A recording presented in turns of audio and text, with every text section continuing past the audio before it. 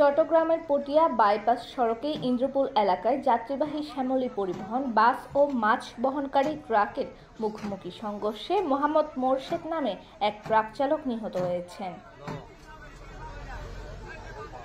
রবিবার সকাল 5টা 30 মিনিটের দিকে এই দুর্ঘটনা ঘটে। এতে আরও 6 জন আহত হন। আহতরা হলেন সার্জেন্ট আকরাম, আলিফ, আরিফুল, নাসির উদ্দিন, রাকিব এবং শিরিন আক্তার। আহতদের চট্টগ্রাম মেডিকেল কলেজ হাসপাতালে পাঠানো হয়েছে। পটিয়া হাইওয়ে থানার ওসি জসিমউদ্দিন জানান, দুর্ঘটনায় 1 জন নিহত ও 6 জন আহত হয়েছে। সংশ্লিষ্ট যানবাহন জব্দ করা হয়েছে এবং আইনানুগ ব্যবস্থা প্রক্রিয়াধীন রয়েছে। রনিকান্তি দেবের পাঠানো তথ্যচিত্রে মমি ভট্টাচার্য, সিটিজি নিউজ, চট্টগ্রাম।